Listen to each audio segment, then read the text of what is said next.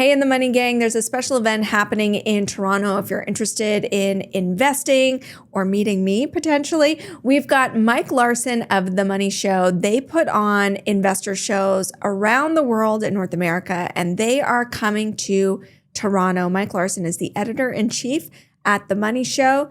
Mike, thanks so much for being with me. Yeah, Amber, thanks for having me. Glad to join. So you guys have come to Toronto. You've come to Canada before.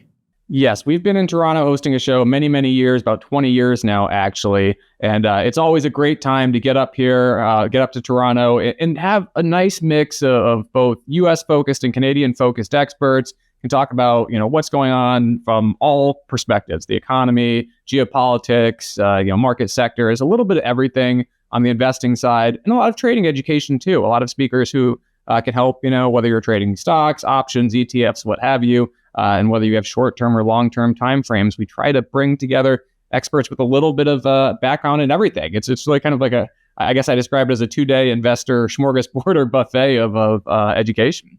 I was fortunate enough to go to the one in Miami. You have such a high caliber of guests, and yeah, they're sharing these insights. And kind of the best part is a lot of these speakers, they stick around. And so if you've got a question that they didn't address in the presentation, it's like really conducive to meet and greet and sort of networking with some of these people that you might see on TV, that you might, have written or have read what they've written.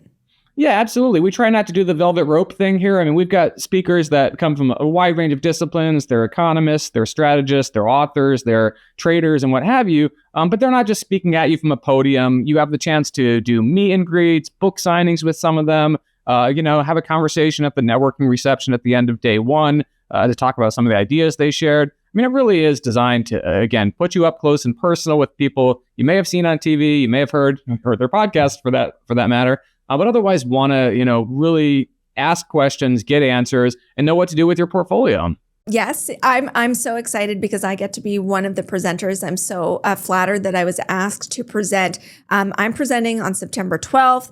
It's a 2-day event, so September 12th. And September 13th. And I imagine putting on these conferences for so many years and in different locations, Mike, you get a sense of kind of the vibe that is out there in the markets right now, because you've been doing it in good times and bad times.